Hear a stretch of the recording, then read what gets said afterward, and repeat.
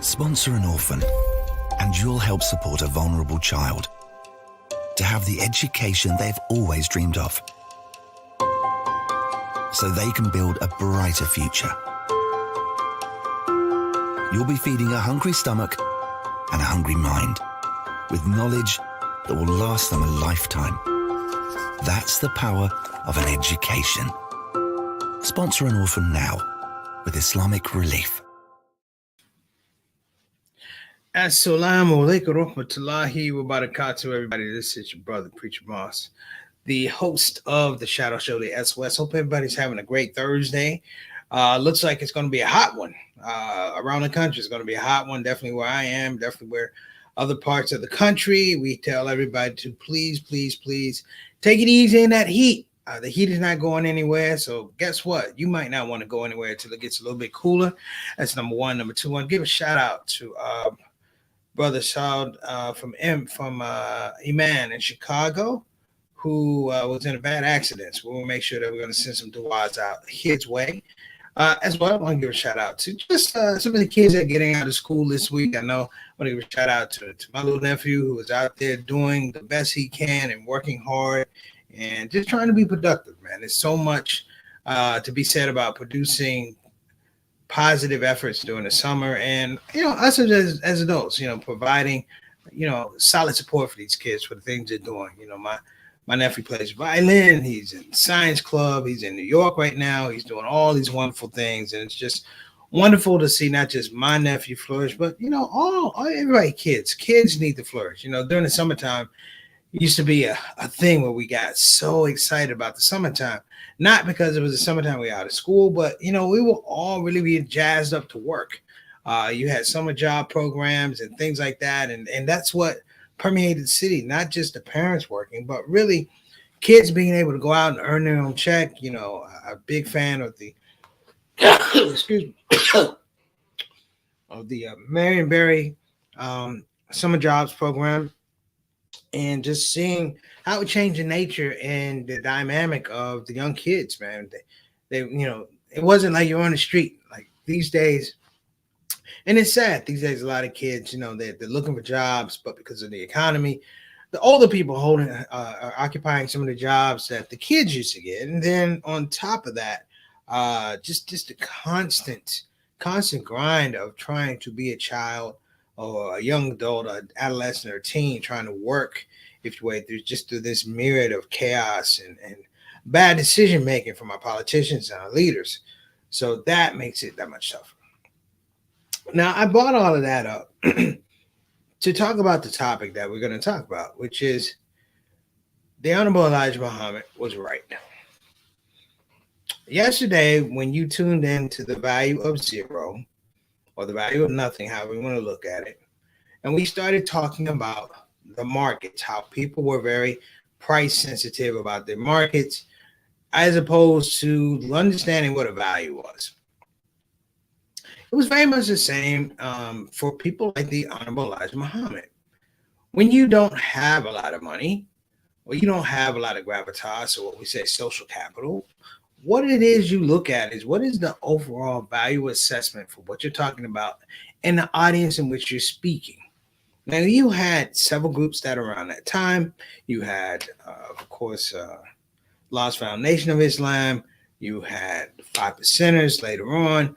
You had the Nation of Islam. And what was interesting was even Noble Drew Ali dedicated and framed a bit of the religious theology, the religious dogma around the fact that spirituality and religion and faith had to have some type of galvanizing valuation at the end.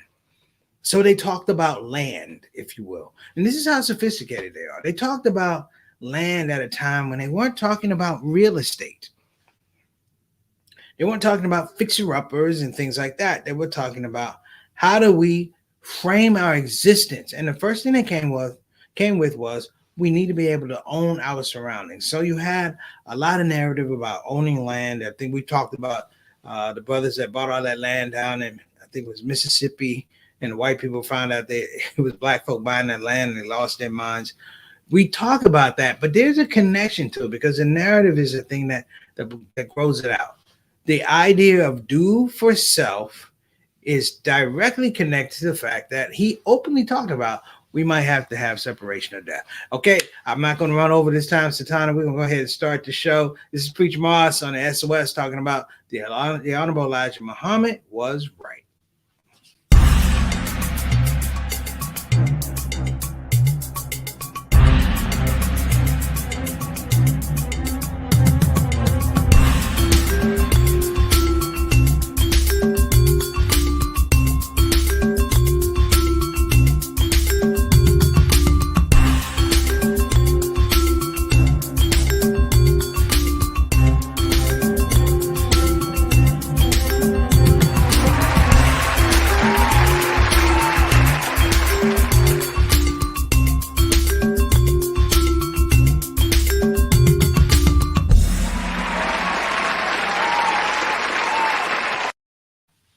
All right, everybody, welcome back to the SOS. I'm Preacher Moss, the SOS host, if you will, host with the most. So before we get into this topic of discussion, I want to make sure I give my shout outs and salutations. For those who are not feeling well, I wish you nothing but good health and shifa. For those who are going through something, please, if you need to, email us here at the Shout Out Show, Permissible Laughter at Gmail, and we will I will personally make dua for you, your family members. I started getting those on text. I will definitely make dua for you and your family members because it is a difficult time, and it's not just the physical part of it, it's the constant pressure of having to deal with a world that in some regards lacks empathy, lacks equity, lacks equality, and lacks mercy. And I'm not saying for me in my space, but when I don't see it for somebody else, naturally it affects me. You know, the geopolitics of hating, the geopolitics of doubling down when you know you're wrong, of acknowledging that in your life God has no place. It makes it difficult to deal with people. So I just want to get that out there. So let me go ahead and let's get our people out here. We got Sister Reed. Sister Reed, how are you doing? Assalamu alaikum wa rahmatullahi wa barakatuh to you, Sister Reed, and husband Derek and son Juwan. We're so happy to hear that you had a great trip out in Oklahoma and that you're back and you're resettled. Give me a text and let me know that you're feeling all right. Because sometimes you get back from vacation, you don't feel so good. So give us a text and let us know. All right. Peace and blessings to you. Next up, my main man, Mr. 6 o'clock, Altaf Rashid, straight up, straight down, the Canadian ambassador to the show, in charge of quality control of this show on this side of the border and the Canadian side of the border. Wa alaikum assalam wa rahmatullahi wa barakatuh to you, my brother. Thank you so much for tuning in. We appreciate you. I definitely appreciate you. All right. Next up, this is the man, Johnny L. Thomas, JT, who, when we talked, had the best laugh in the world with me talking about not being able to get a rental car in Chicago after he told me, big brother, take my car, drive to Chicago, come back, just take the shuttle back. Take my car, go to Chicago. Come. I'm here to tell you, he was right. And the whole time I'm listening to this young man give me an upgrade on the rental car that was originally $78. And he told me I can take care, I'm gonna hook you up with the upgrade. Your new total is $265. I just heard JT going, I told you. I just heard laughter and it just made me irritable. I'll listen next time. I will listen next time because I was in that Uber like, ooh, I am salty. But alhamdulillah, I made it to where I need to be and the event went off well. But it's just the idea that I had gone through that. I could have taken the car back and sat and taken the, never mind. You know, sometimes you got to listen. All right, next up. Wa alaikum assalam wa rahmatullahi wa barakatuh. My main man, E. Carter. How you doing, beloved? Good to see you. Hope you're doing well this Thursday. I hope everybody in the shout out world is doing well this Thursday and feeling good and feeling energetic, looking towards the weekend. It's going to be a hot one, so believe me, it's a hot one. As soon as the show is off, I'm getting right up out of this jacket and this hat because I'm sweating like a Hebrew slave, like my father used to say. Oh, excuse me. See how it is? I get some water. I'm trying up. Next up, while I'm choking, wa alaikum assalam wa rahmatullahi wa barakatuh. Bilal Salahuddin. Salahuddin in Arabic means thermometer, who is letting everybody know in the city of Houston It is 98 degrees. Peace and blessing to you and your queen, brother. Thank you so much for staying in touch and making sure that we're doing what we are doing. So let's give a shout out, of course, to Sister Satana, who's working the back, making sure everything moves smoothly and that we have a good show. And I think when Sister Satana's back on the show, I'm going to go back to the standard format. Now that I feel better, I'm going to go back to standing in front of everybody. There we go. I think I'm going to do that. But not today because it's too doggone hot. All right. So let me preface this a little bit. Our topic today, the Honorable Elijah Muhammad was right. For me to say that the Honorable Elijah Muhammad was right means that there was a question posed. Means that there was a question posed. There was a situation that needed to be addressed, and there were options that were there to apply to this particular situation. The Honorable Elijah Muhammad talked, and he gave a great speech, and you can look it up. We talked about separation of death. He got a lot of heat and flack from that. We talk about it now in the present, not really understanding what it was he was talking about during his present. I think far too often, a lot of us want to take our situation and make it applicable to what was going on in 1950 and 1940 and 1960 and believe that we have a cohesive argument. You can't take the innovation of this time and apply them to that time. It does not work. But his issue, which I've searched in after we did our talk yesterday about the value of nothing and talking about how we are price sensitive, we're price dominant, and we're not value aware, I began to understand something about the Elijah Muhammad, the Honorable Elijah Muhammad. It was something that I understood about my grandmother and something I understood about my grandfather. That they grew up in a space where not having a lot of money to even get to these markets demanded that you develop a very, very trained and educated eye about value. Case in point, farmers. Old Black farmers will be able to look in the soil and tell you what kind of crop you're going to get before you even put a seed in there. And that determined what kind of investments they make. Why is this important? Because a lot of white farmers during that time were not used to doing their own farming and thus damn near starved to death without the benefit and acumen of these particular farmers. The Honorable Elijah Muhammad said something in a speech, and he says, what is it? And I'll frame this carefully. He was literally saying, what is it in the African-American mindset and mentality that believes somehow that you going with a corrupted spirit, not all white people, I'm talking about a corrupted spirit, a broken dimension of psychological awareness and presence, somehow going to that, knowing that you can't fix it, somehow is going to benefit you. And he says this question over and over and over again. Malcolm said it over and over again. The Honorable Elijah Muhammad over and over again. Even when we talk about Master Farad Muhammad, it is the questions that they bring something different to this conversation about Black intellect and, let me say this, Black religious and geopolitical expression. I know you don't really hear about Black geopolitical expression because it's tied up with everything. It's contagion. You know, we get rolled up with everybody else. And you have to go back to this time of the Honorable Elijah Muhammad and Malcolm and Noble Drew Ali and Malcolm X, Marcus Garvey, people like that, C.L. Lewis, of people who thought differently in terms of what they saw. That the decisions and discussions had largely to do with value. Value.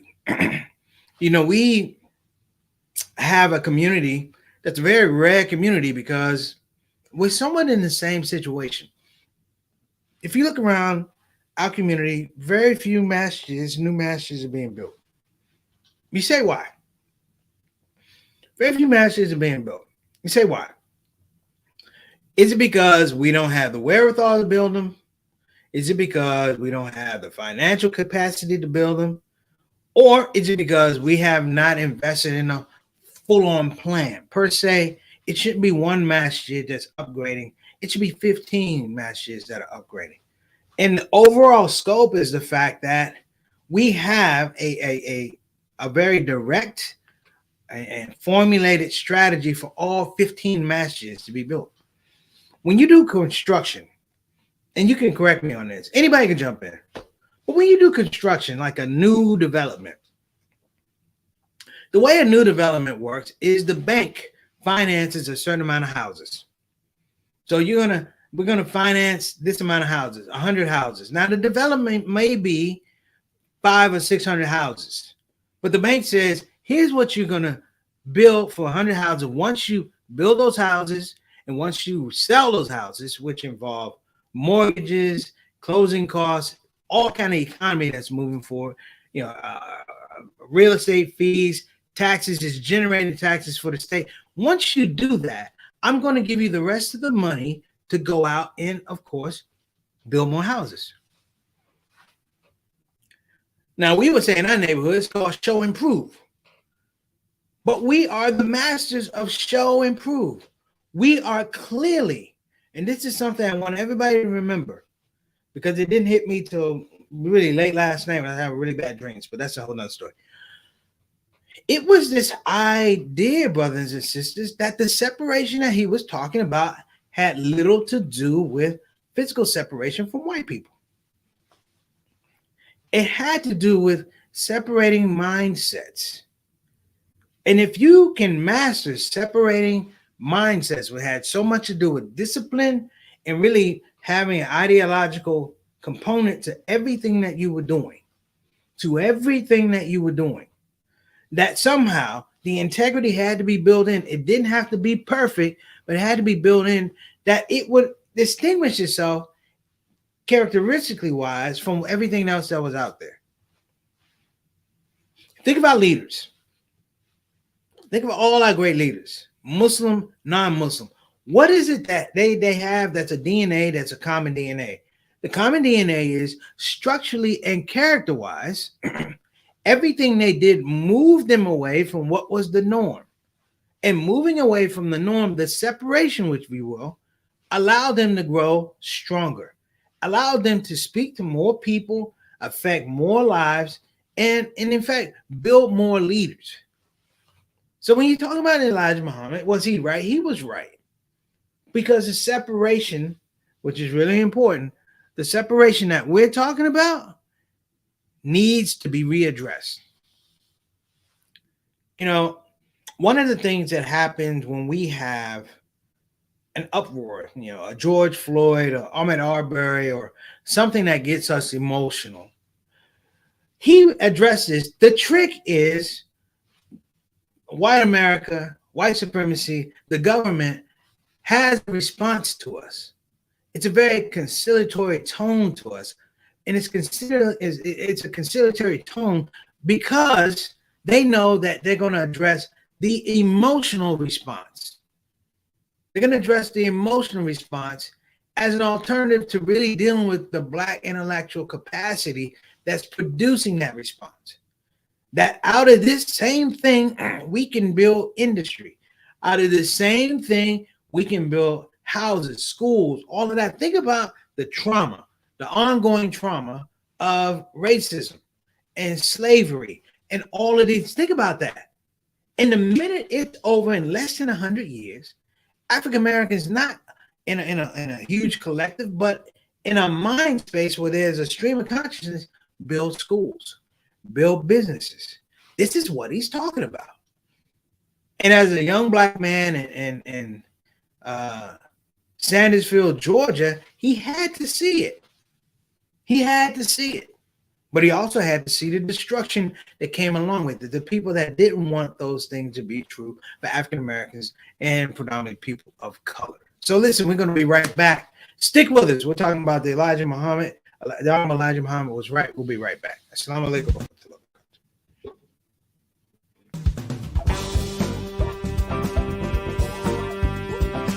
Hey, babies. Welcome to Radio WCUC, Convenient Urgent Care, home of the smart patient. This is DJ What It Do. You know what time it is. It's the top of the hour, and the request lines are open. You know what you want to hear. I know what you want to hear. Operators are waiting.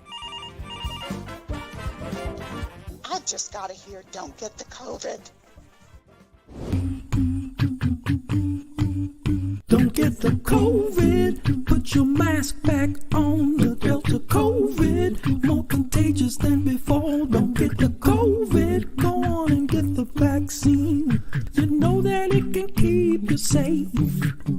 And your people living up in your space.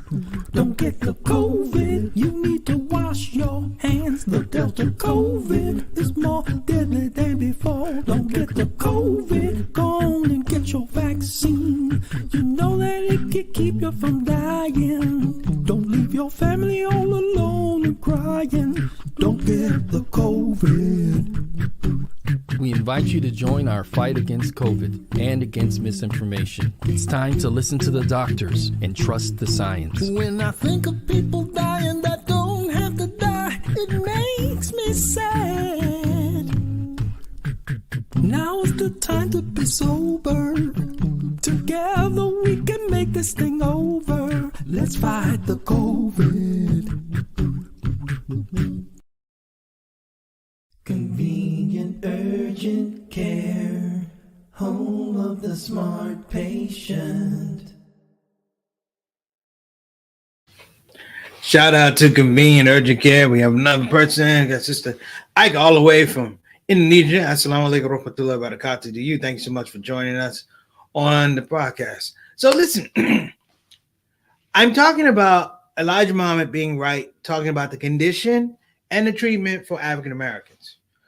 The thing that I want to express is that his decision making is not alone. It comes on a continuum. People like C.L. Lewis, people like Marcus Garvey, these people were thinking the same way. Looking around, if you look around in the late 1800s, early 1900s, there's nothing for the black man, there's nothing for the black woman. You don't have an ascribed value unless you're dealing with other black people. Now, the intelligence that I have to admit here is that he sees it. He sees it. And the people that precede him see it. The problem is when they reach it and it gets to a mass audience. This is not just NOI talking to people, bringing in people who convert to Islam. This is the scope of a small group of people at this point in time that is speaking to the larger masses of African Americans. They're speaking about how the family should be framed. Marriage is a big component of this thing. Business, providing for self. The whole idea of doing for self is that you can only empower your community if you're empowered. You know, because the self itself, if you start at the beginning to look at it, what the nuance of it is. Now, this part's probably going to get a little controversial, but here goes. He was also right about the idea of African Americans who have an Islamic identity dealing with immigrant identity of Islam. Here's where it gets interesting. His process, if you will, is that he does give us a social movement. People can say, oh, it's religion, it's social religious. If you have something that motivates your heart, that's what you believe, I'm not going to not call it a religion. That's number one.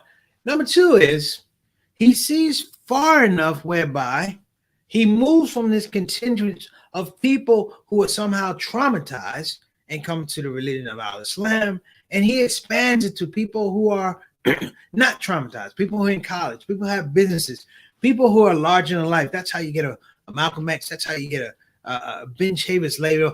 That the movement, if you will, is larger than the people who are advocating it, and that it permeates in the street.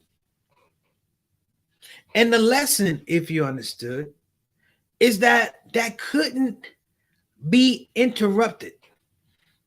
One thing that I've always said, and I will say it again, is when we went from the first to the second, we didn't hold on to some of the things from the first.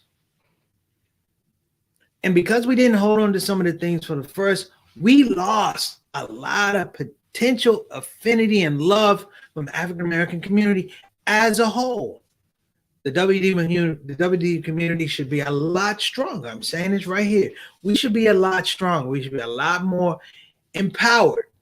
But the thing he talked about us doing with white America, we did with this foreign adaptation of Islam. Now, we can call it classical, we can call it Sunni traditional. Yes, but what we didn't do with it is take it and frame it to what our needs were. To take it and say this racism is something that's bothering us and holding us down as a condition. This is a spiritual weight on our hearts. This Islam is supposed to help me open it up and express myself. Not just change your dress. Not just fast. Not just I'm going to Hajj. Hajj is here. We need everyone to be able to feel the freedom. Let me frame this correct. Feel the freedom to live their lives in terms of how God loves you and how God affects you in his creation. This is nothing different than what he was talking about.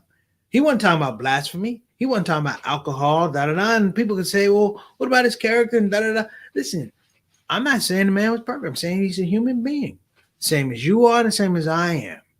But he's a very intelligent human being because he forewarns us. And as much as Imam Wardeen Muhammad tried to warn us the same way, we didn't listen. We didn't listen. So the train of thought from Elijah Muhammad to his son is consistent. It is very, very consistent. But it says that we have to hold on to some things that are culturally important to us, historically important to us, because if we don't have it, we just sheep for the lions. That's what it comes out to. We just sheep for the lions. And think about this. And I'm going to let you go. But think about this. The battle to remember Black pride, Black intellectual process, and Black intellectualism, intelligentsia has somehow been lost. And as we sit watching this show, let's be real clear. We're not strong in education. We're not strong in business as we could be. The generations of the Malcolms, the generation of W. Muhammad's, the Muhammad Ali's, and on and on and on, they're not in the history books.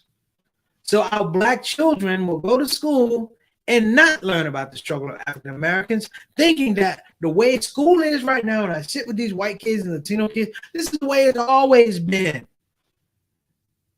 And he said, if you don't do something about it right now and separate, this is one of the things. That's why I said the man was right. Now, this is not a thing I'm doing pom-poms and cheerleading for Elijah Muhammad. I acknowledge that maybe 20-some years ago, I had questions. Maybe 30-some years ago, I had questions because I looked around my Black brothers and sisters and I love them. I said, but we missing some fire here. We're missing some fire here. And the idea, again, that Islam, the way it was presented or the way it's presented to us, is somehow going to address the things that were endemic in our community. Fatal flaw. Fatal flaw. Like he said, separation of death. That death is a death of opportunity. That death is a death of the future. All right? So before I get out of here, I want to give a shout out to Mary Moss, better known as Mama Son, came on the queue. We appreciate you, Mom. Great talking to you earlier. I'm glad you're happy with how the house is working out. But as I wrap up, and I will wrap up, Satana, she's like, you better get off. I got things to do. Why we talk about it on the show, it's not being talked about enough. And now we're in a predicament where our pioneers are transitioning. And what they leave or what they take with them is not what we need. We need this discussion to be happening amongst the pioneers. We need to be at the feet of these gentlemen and these sisters who remember the message of the Honorable Elijah Muhammad. And some of them have been muted by the younger generation in our community who are going, oh, you just old school. We need to listen and appreciate it. You need to go find some of those old speeches and understand this guy wasn't talking to that audience in the crowd. He was talking to the people beyond. 5, 10, 20 people talking to you and talking to me. That's our show. As I said, the Honorable Elijah Muhammad was right. This is Preacher Master SOS. Hope to see you soon. Assalamu alaikum wa rahmatullahi wa barakatuh.